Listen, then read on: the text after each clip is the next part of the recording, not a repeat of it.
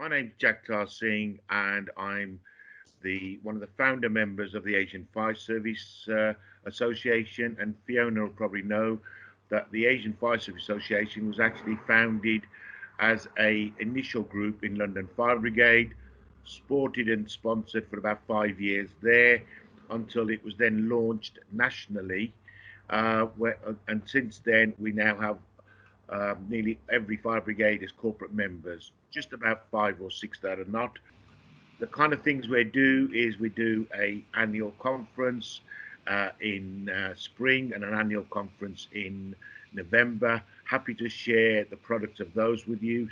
We've done a report called Smoke and Mirrors.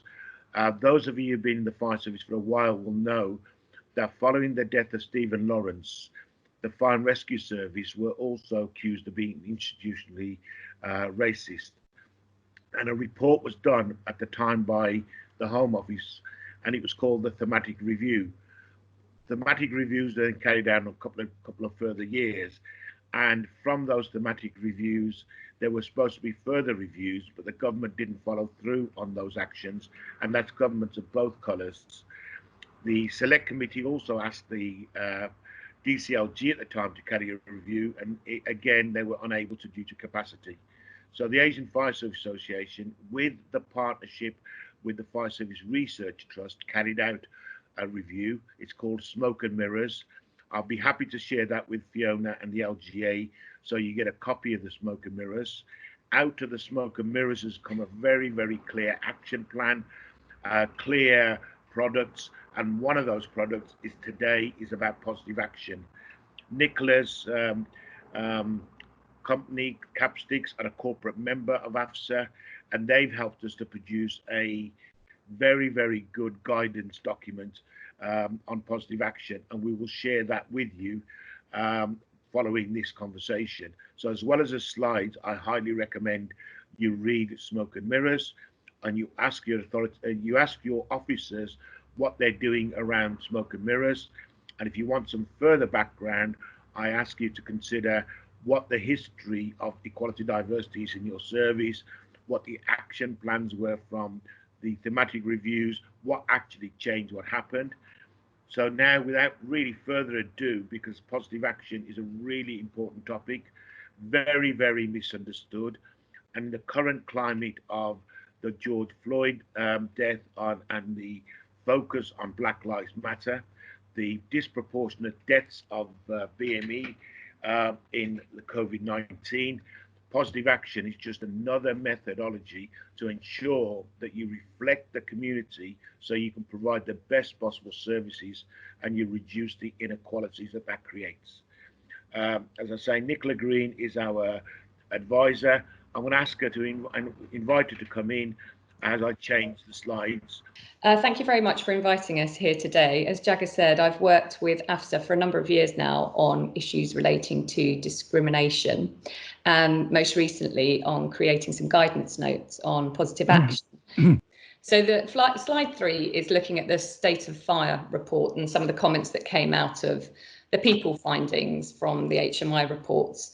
And I found those really interesting, I have to say, as an employment lawyer, looking at them and having spoken about positive action quite a bit. You will see I've taken this section out of it. In some services, we found either indifference to diversity and positive action, or on a small number of occasions, outright hostility. In services, if services want to foster a welcoming and inclusive culture for a new diverse workforce, they must do more to educate their people and challenge and dispel myths about positive action. That's what I'm going to talk today with you about. And I've also been speaking to a number of fire and rescue services about that, because I think there is hostility within the workforce. And I think that comes from a misunderstanding about what positive action is. People tend to fear it, thinking that if we use positive action, people who are underqualified will be employed. But that's actually not the case at all. If we could go to the next slide, please, Jess. So I wanted to start with a quick quiz to see what you understand is the difference between positive action and positive discrimination. There is a very fine line between the two, and it's easy to tip into positive discrimination, even though you think you're using positive action. I wondered if we could use the chat box function for that. So when I read out each bullet point, if you could either put in PA if you think it's positive action, or PD if you think it's positive discrimination. This might work, it might not work. We'll give it a try. The first bullet point, networking groups for those with protected characteristics only. Is that positive action or positive discrimination, do you think? Oh, look, someone's done it. Excellent. PD, positive discrimination, someone thinks. PA. I'm reading these out, Jag, because we can't see them. Yeah. I've got an overwhelming majority saying PA. All right, I'll stop you there. I agree with that. I think that's positive action. That is permitted under the Equality Act, which is the legislation which sets out positive action. Okay, I'm going to move on to the second one. Selecting a candidate because they have a protected characteristic. Is that positive action, PA, or positive discrimination? PD. Everyone's saying PD. Yes. Positive discrimination. Yeah. Actually, that depends. It's a trite lawyer's answer, but it does. And I'll go on and explain that. Section 159. Well done, Nikki Hudson. Section 159 of the Equality Act states that you can select someone with a protected characteristic, but only in certain circumstances. We will and that's more detail, by the way. So don't be concerned, because this is the biggest area of clarification you will get. And Section 159 is the most difficult section to understand, and there is a lot of confusion about it, and I will go on and deal with it. So the third one, setting a policy that 50% of recruits will be women. Is that positive action or positive discrimination? Positive action. I've got a positive action. I've got some positive discriminations. I've got a bit of a mixture. Sorry, Angela, you're raising your hand. Do you want to speak? Positive action. Positive action?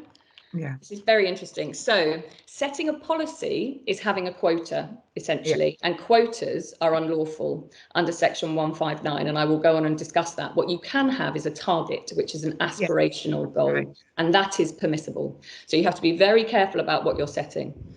Maybe the next one. If we set that question slightly differently, and we said set a policy that 50% of recruits must be women, that would give you more of an indication of what we were looking for as an answer. But we are going to cover quotas, targets, as during the course of this, and it's very important. That's another lesson you take away: the difference between a quota and a target. Yeah. And it's also the use of language as well. Must or that can make a difference. Yeah, I completely agree. The next one, offering interview training to those with protected characteristics only. Positive action or positive discrimination? I would think that would be discriminatory. I'm going to wait and see what anyone else comes back with. Lots of positive actions in there. Lots of people saying positive action. So I think that's another, it depends. Well, I know it's another, it depends, because it depends on when you're offering the training. Yes. If you offer the training before the recruitment process has started, it falls under Section 158, and I will talk about 158, and that's general positive action.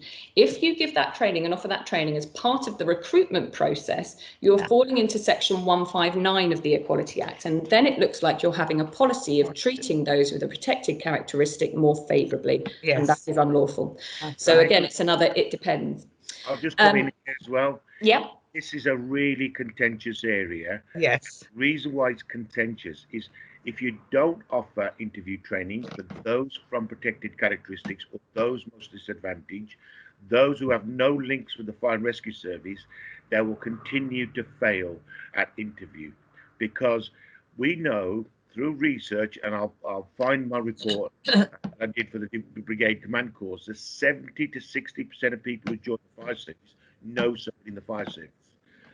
Surprise, surprise, they know the questions, they know the answers, they know what you're looking for, and therefore it's important that we bring everybody to a level playing field of preparation. And Nicola's right, the law says what you can do up to a certain point, but we know people go beyond that when their friends and neighbours play sports with applicants, and that really does translate through a panel. And this is where panel training is so important, that you can see behind the answers. Is this person genuinely giving you an answer, or is it a rehearsed answer that a colleague or a friend in the service has told them? Thanks, Jag. Back to you. Thank you. I'm not going to do the last bullet point because I think you'll know the answer to that, but the second to last on the penultimate one, lowering pass marks for those with protected characteristics, is that positive action or positive discrimination? Everyone saying positive discrimination. And I agree with that, that's right. I'd say that's positive. This is the one that causes me the greatest of concern, and I'm glad we've got Chatham House rules here, and we've got LGA members that can follow the challenge through. I and AFSA have got serious concerns that the pass marks that were preset in the days that I worked at DCLG, that all brigades followed the same marks, same pass mark, have now gone, and individual brigades set their own marks on various mandatory tests that exist, or use common tests but have a different pass mark. Now, that's not lowering pass marks, but it is having a differential from one brigade to another. And could you pass a legal challenge if, let's say, Blankshire, say your test pass at one test is 50% and the next door brigade says 90%? How would you justify it? Because any pass mark to have a job or for a role must be role related, relevant and justifiable. This is a real thorny area that I think the fire service has not had a legal challenge on, but are potential for that challenge. Nicola, you want to come in on that point? But the lowering of the pass marks and it's difficult when you have had a national standard previously, haven't you? And then you're moving to individual pass marks. And there is the ability to look, I think, in more detail and work out what works for you as an organisation. But I think you need to be very careful about artificially lowering thresholds and pass marks. And I will talk about a case that has come to the Employment Tribunal, or the only case we have on positive action actually in the Employment Tribunal. And there are definitely grounds on which it could be challenged, I think, if you're doing it artificially and there isn't a legitimate basis behind your decision to lower the marks. Thank you, Nicola. Okay, should we go to the next slide, Jag, please? So looking very quickly at positive action, the difference between that and positive discrimination. As I said, there's a really fine line which exists between the two. Positive discrimination is treating those with a protected characteristic more favourably than you treat those without a characteristic, and that is unlawful unless it fits within certain exceptions that are set out in the Equality Act. There are two that you've probably come across before. That's occupational requirements. That's when the job requires that someone has a protected characteristic to carry out the role. And the other is reasonable adjustments and positive discrimination in the case of disability. Section 13 of the Equality Act states that if someone is not disabled and an employer treats someone else with a disability more favourably, they can't claim direct discrimination, essentially. And this last category is positive action. So if you are able to fall within the provisions of positive action, it will not be positive discrimination. But you need to be ever so careful, because positive action, whilst it's been around actually since pre the Equality Act, employers have been really reluctant to use it because of this fine line. And as we see from the Employment Tribunal case that came through, whilst the employer completely thought they were working on the right basis and they were doing the right thing to try and improve diversity in the workforce, they'd tipped just the wrong side of it and fell into positive discrimination, which has led to a direct discrimination finding on the basis of sex, race and disability against them. So you do need to tread carefully with positive action. That said, a second here. Yeah. So Nicola will give you a couple of examples, because I think examples and stories are what you really want, rather than so occupational requirements. What does that mean? So that means that if you run a women's refuge and you want to employ a manager there, you could stipulate for genuine reasons that occupational reason, only a woman will be employed in as a management role inside that, to offer services to women who have had domestic violence. In the fire service, the only example I have seen that's been used was a fire service set a genuine occupational requirement when they had vacancies on a fire station rather than fire brigade.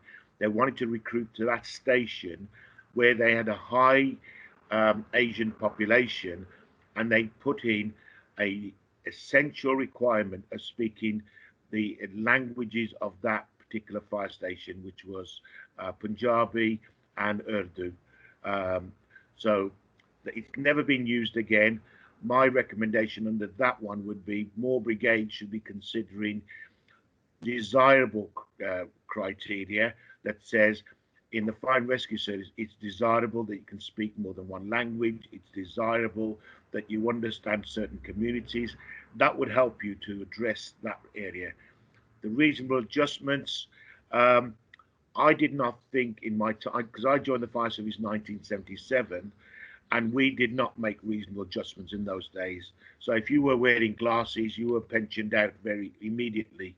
Later on, we found ways of making reasonable adjustments of fitting face masks around glasses. But Hereford and Worcester went further than that when a young firefighter lost the lower part of his leg in a motorbike accident. They made reasonable adjustments to ensure that he could carry on becoming a firefighter. And reasonable adjustments is something, a tool, it may be crude at times, but one I would encourage brigades to consider more and more, to ensure that we also reflect the community with people with certain disabilities that are certainly able to do the job, but we seem to rule out just because it's too tough to do. I agree. Thanks, Jag. Could we go forward another slide, please, Jess? So looking at the basis, this is a summary really of section 158 and 159, and I'll deal with each one in detail, particularly focusing on 159. I think most employers are comfortable with section 158, and certainly when I've spoken to fire and rescue services, lots are using it already to try and increase the diversity of candidates, and called positive attraction in some fire and rescue services. So this is really looking at offering specific, so training, advertising, aimed at those with a protected characteristic, and that is permissible. That falls under section 158, provided it is proportionate and provided you fit within some other criteria, which will be on the next slide. Proportionality is really important for section 158 and 159. So you've got 158, which is the general provisions, and then you've got 159, which focuses specifically on recruitment and promotion. And that is, you use that when you have a tie-break scenario, where you have candidates that are equally qualified as each other. They say the candidates need to be of equal merit. And then if you fit this other criteria, which I will talk about in a second, you are able to select the person with a protected characteristic in priority over those without the protected characteristic. But that only works if you do not have a policy of treating people with a protected characteristic more favourably. And that's where a lot of the initiatives that we see, and people are trying, they're trying to be really creative with this because they know there's a problem with diversity and they want to do something about it. And so they are trying to be creative. But very often it falls down on this point, the policy point. And we add in about proportionality. I don't know if you wanted to add anything in there, Jag, but I am going to deal with all these in detail. Oh, no, I think we carry on. I'm adding some of the links that colleagues may want to see. Okay, so the next slide, please, Jess. So section 158, when I talked about the criteria that you need to fulfill in order to use section 158, they're set out on this slide here. So you need to reasonably think, or employers need to reasonably think, and reasonably think is the phrase that is used in the legislation. It's a very low threshold. We're not talking about sophisticated data here to try and justify the use of it. You just need to look at your workforce data, basically. And if you think that one or more of these apply, you can get into the realms of using section 158. So those with a protected characteristic suffer a disadvantage connected to the characteristic. Those with a protected characteristic have needs which are different, or that participation in an activity by persons with a protected characteristic is disproportionately low. So you can use one or more of those, and it tends to be that third category that we see used to justify section 158. And if you go to the next slide, Jess, there are some examples. So what we see, what tends to be used by the fire and rescue services we work with, are targeted advertising. So going out and putting adverts so that you know they will reach particular communities, for example, providing opportunities exclusively to the target group. And often with fire and rescue services, we're seeing open days, which are provided for women only or for BAME staff only. I will come on to one caveat to that in a minute. Internships or work shadowing, that's very popular. Support and mentoring, also very popular. And training to enable disadvantaged groups to gain employment. All of those things are permissible under section 158. And if we go to the next slide, Jess. This is the point I want to make about Section 158 and what everybody needs to think about before they launch into it. It's this point of proportionality. You cannot go further than you need to achieve your legitimate aim. I don't think anyone's going to argue that wanting to improve the diversity of the workforce is a legitimate aim. It is, but you cannot go further than you need to. And you need to look at the disadvantage that would be suffered by the group that do not share that protected characteristic and balance it out with the benefit that will be achieved and how those who have the protected characteristic will benefit. And that's a really important exercise to carry out. You cannot go further than you need to. And again, employers fall down on that point sometimes. An example of that with training and selective training would be if you've offered training to all groups, but you found that a disproportionate number of, say, BAME candidates or women do not take part in that training, you could then take the step of saying, OK, now I'm going to offer the training to BAME candidates only, to women only. But you have already offered it to everybody. And so that would be an example of how you can then move into Section 158. Jag, do you have anything to add to that? There's only one brigade that I am aware of that used 158, and that was West Midlands Fire Service. They openly, proudly advertise it, promote it. I've also subsequently met the white officer that didn't get the job, and he was so positive that about the use of that practice. He said, I didn't get the job, but on this occasion, I know why the brigade did it, and I'm really supportive of it. So using Section 158 isn't something that you just use. It's something that you need to ensure all staff are aware of, the benefits of it and why it's being used. And it's very rare that we will use it because as an experienced interviewer, an officer over many years, you never get to a situation in an interview where two people are equally able to convince you that they both should be appointed to the job. Jag, just to can we go on to the next slide, Jess? Because what Jag's referring to there is Section 159, sorry, which is about the selection and the recruitment. But 158 is the one that's very popular. And just to dispel some myths about 158. Before we move on to 159, which I actually think is the more controversial section. Okay. Sorry, Jag. Yeah, 158 this is where we again. When I was with West Midlands, we were one of the first brigades to offer training for local community members in what were called access courses, and they were very, very popular, and they did a lot of good work. And I think London Fire Brigade were also a fantastic exemplar of those courses. Why they became unpopular, I just cannot, for the life of me, work it out. Maybe one of those things is everybody wants a shiny new tool. Everybody wants to do something different. Why do something different when things that you've done in the past have worked?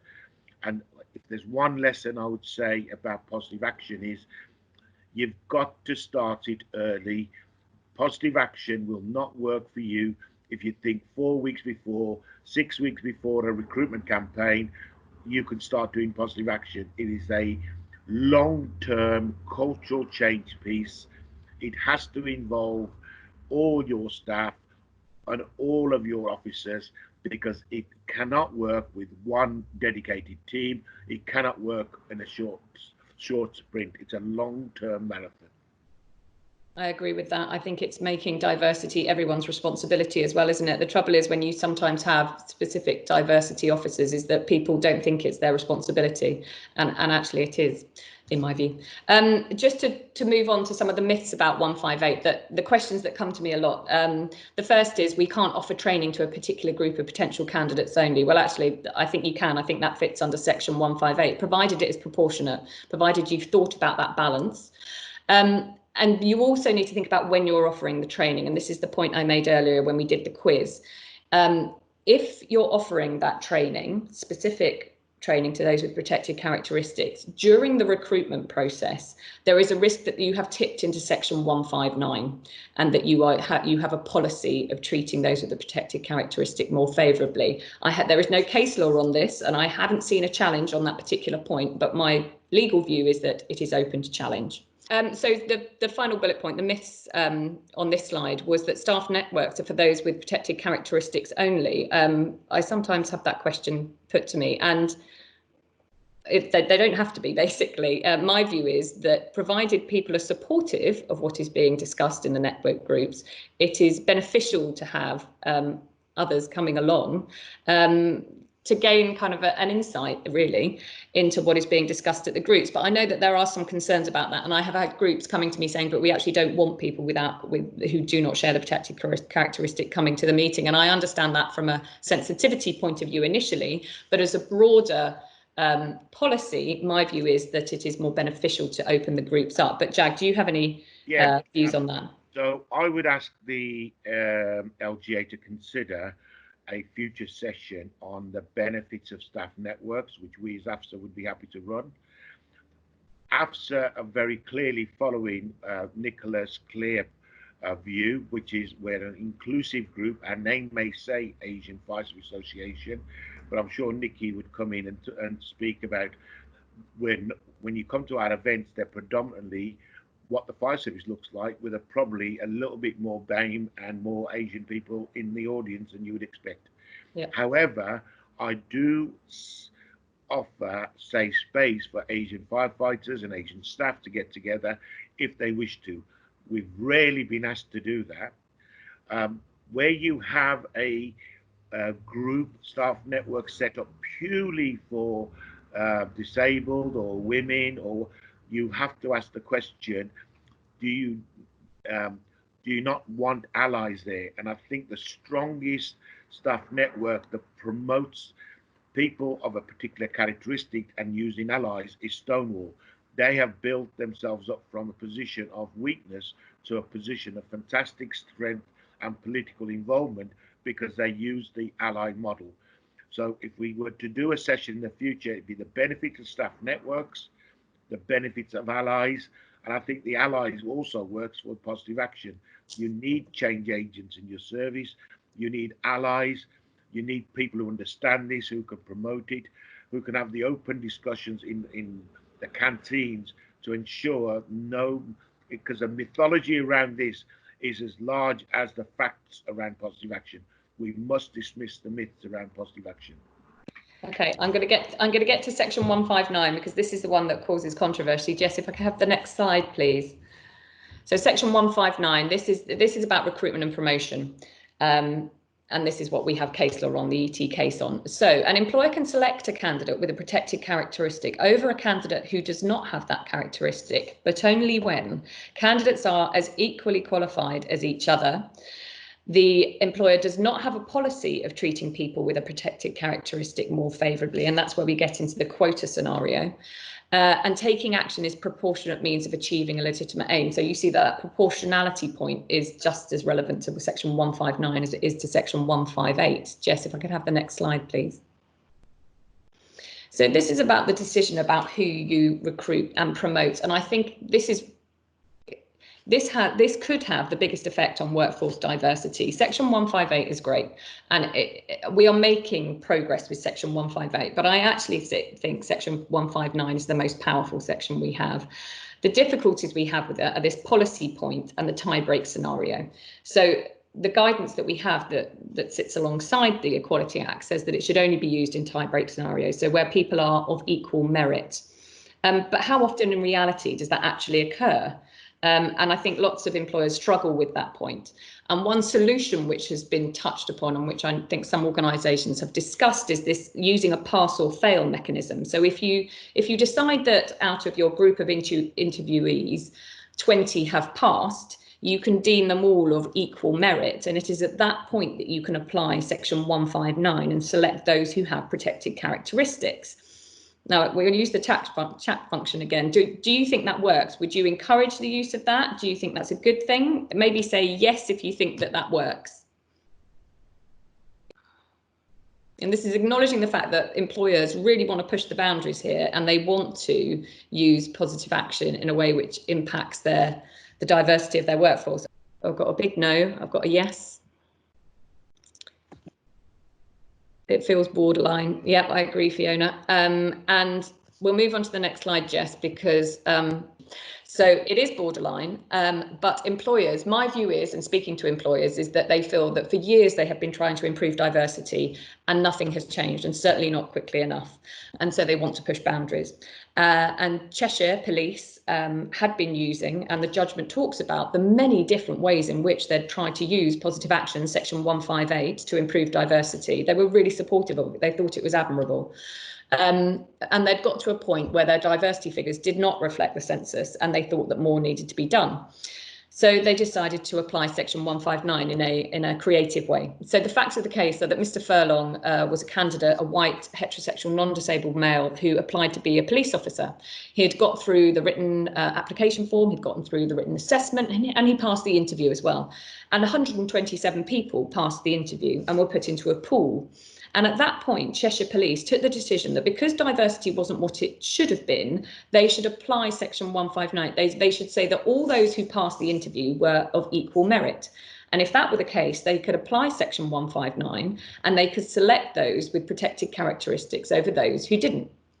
So Mr. Furlong didn't get selected, and he brought a discrimination claim against police constabulary. And the employment tribunal found that he had been discriminated against on the grounds of race, sex and sexual orientation, and that the steps that the police constabulary had taken were not in line with section 159. And it's a really interesting judgment. It's 34 pages, so it's not the shortest, but I do think it's fascinating and worth a read if you want to try and understand what courts and tribunals will be looking at when they assess section 159. If we go through to the next slide, please, Jess. Just hold on that slide for a second. Now, on the face of it, that looks oh, so Mr. Furlong was really discriminated against because the findings were found against the force. However, AFSA have also got good links with the police, and we know that Mr. Furlong is also the son of a police officer. Mr. Furlong had way over and above preparation and training by his father. There's nothing wrong with that. But maybe had more inside knowledge that if a protected characteristic candidate had been given by the police, that would have been seen as positive discrimination.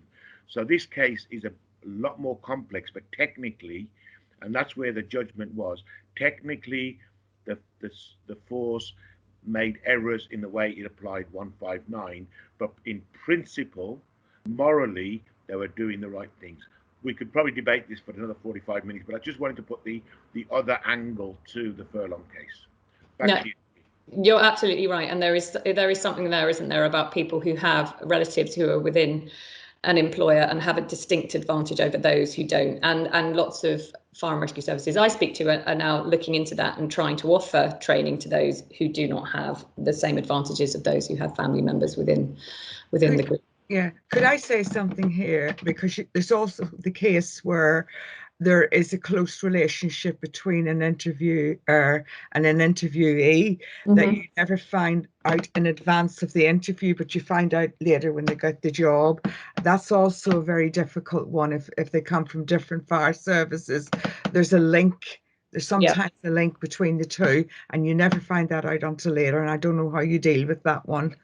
And I think that's part of the culture change piece generally, and looking at interview processes. And I know fire and rescue services are doing that, and are looking at, first of all, panels, whether you have mixed panels, whether you have buddy systems, so you have someone with a protected characteristic with someone that doesn't. You circulate interviewees between different buddy groups so that you get a fair representation, and certainly looking into the background, as you say. I think there is an overhaul generally to be had of the interview process. I would be stronger than that, Nikki, and I would say to people who are doing interviews, and there should be a declaration of interest on every form of every interview to say, do you know this candidate in any shape or form? And that declaration should be declared. Not that they should be barred from the interview. Yeah, should be saying, oh, I worked with this person, the father of this young man. I've met him once, but that way, at least it's out in the open rather than you finding out later. If you found out later that the interviewer was a grandparent, either a parent or was a neighbour of this individual and helped to bring him up for years, then that would be a conflict of interest in my view. So I agree. It should be declared during the interview to the chair of the panel, and the chair of the panel should declare to the panel if they know someone. Agreed. And that is probably part of the overhaul of the interview process, ensuring that that step takes place. Jess, could we go to the next slide, please? I'm conscious that we haven't got much time, so I want to get through these. The interesting points to note from the Furlong decision are that they found that the police service had artificially lowered the threshold by saying that you'd either passed or failed. It was too low, and there are a number of problems with that. And one is a kind of lack of confidence that the public will have in a service, particularly something like the police service or the fire service, where they feel that pass marks have been artificially lowered. They found that it wasn't a proportionate response to addressing the lack of diversity. They hadn't properly balanced the risk to someone like Mr. Furlong and the damage to him as compared to those who gained the jobs with protected characteristics. So this was unfortunately an example of how positive action had been used in a discriminatory way.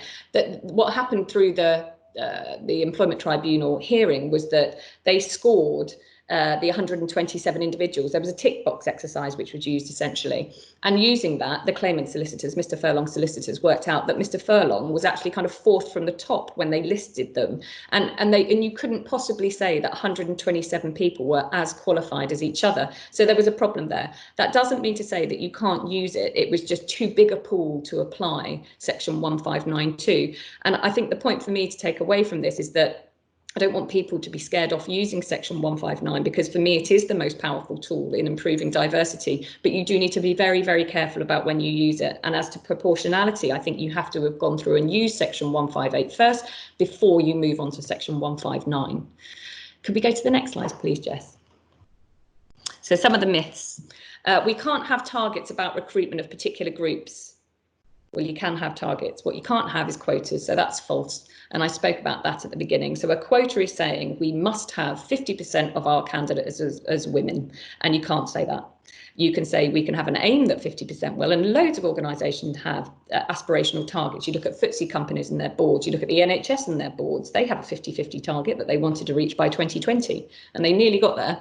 They're not quotas, they're not saying that you will pick someone who is less qualified because of a protected characteristic, but a target has the benefit of focusing minds, and I think they are to be used. I think they are beneficial for organisations.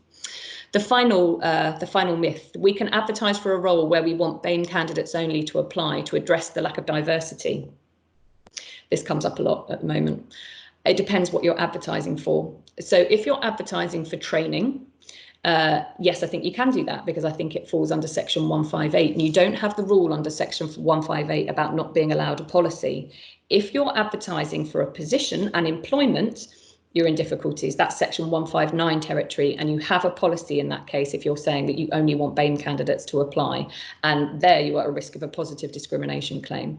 And what we're seeing a lot at the moment, I've got a number of employers who are coming to me saying, but we've got a real problem with diversity with our NEDs, with our whatever position. I want to advertise for BAME only NEDs, and I'm saying, well, I think you're going to fall short of 159. My advice would never be, no, you can't do it, because it's a decision for employers to make based on what risk and what appetite they have for risk and whether they will be challenged. But there is a risk there of a positive discrimination mind, in my view, not for training, but for when you're offering employment to a particular group. Could we have the next slide, please, Jess? This is my final slide, I think, and this is about culture change, and Jag touched on this at the beginning. Positive action, the use of positive action, to my mind, is to be encouraged, but it's part of a much bigger picture, and it's part of culture change within organisations. And this isn't just fire and rescue services that need to think about culture change. This is happening across the board. Capsticks is a firm, we advise public sector organisations, and many organisations are looking at this. And part of whether positive action works, it's about attracting a more diverse workforce, but it's about keeping that diverse workforce and ensuring that they can make and achieve promotions and make it into senior positions. And that will only happen when people feel valued, and you can create an inclusive workforce. I don't know what's happening in your particular fire and rescue services, But I know that a lot are addressing this, and some are turning to, some trying to achieve open cultures and looking at what's going on in the NHS, which is promotion of just and learning cultures, and trying to focus on the fact that you're not trying to pin the blame on individuals, you're trying to look at the system as a problem and what has happened to create a system, create a particular issue. And I think that's true of discrimination and diversity as well. It's not pointing the finger, it's saying we have an issue and we're going to do something about it. And that is through the use of positive action, but that goes hand in hand with culture change.